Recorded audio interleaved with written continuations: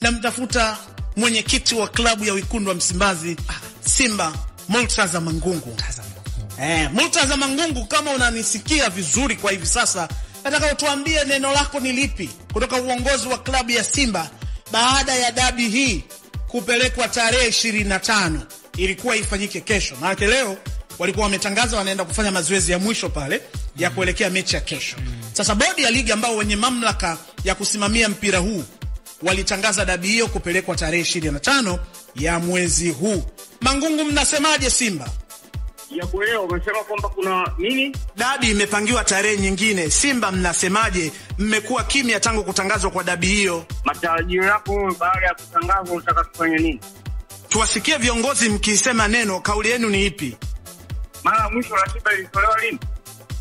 Ratiba ilivyotolewa na kutangazwa dabi, tukaona viongozi wanazungumza, lakini pia hata kwenye peji za klabu wanazungumza hasa kuhusiana na hiyo dabi. Sasa hivi kumekuwa na ukimya, ndio maana tunataka kufahamu viongozi, pengine baada ya dabi kusogezwa mbele, mnasemaje? Maswali yako hayana mantiki. Kivipi hayana mantiki? Sijakuelewa Mangungu.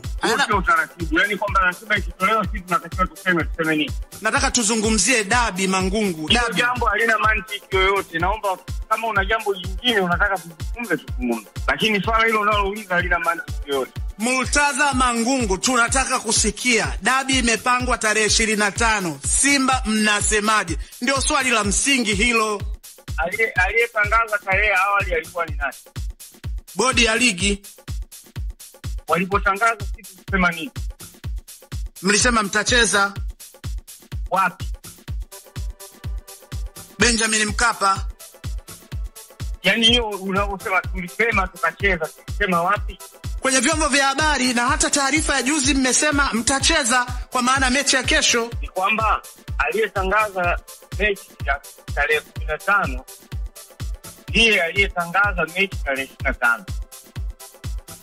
Sisi hatujawahi kuhoji wala hatujawahi kusikiza. Lakini tulichokuwa tunasema ni utayari wetu wa kushiriki michuano kulingana na mamlaka za mpira zinavyotangaza. Kwa hiyo hayo mengine ambayo ulionayo wewe, hayo ni ya kwako.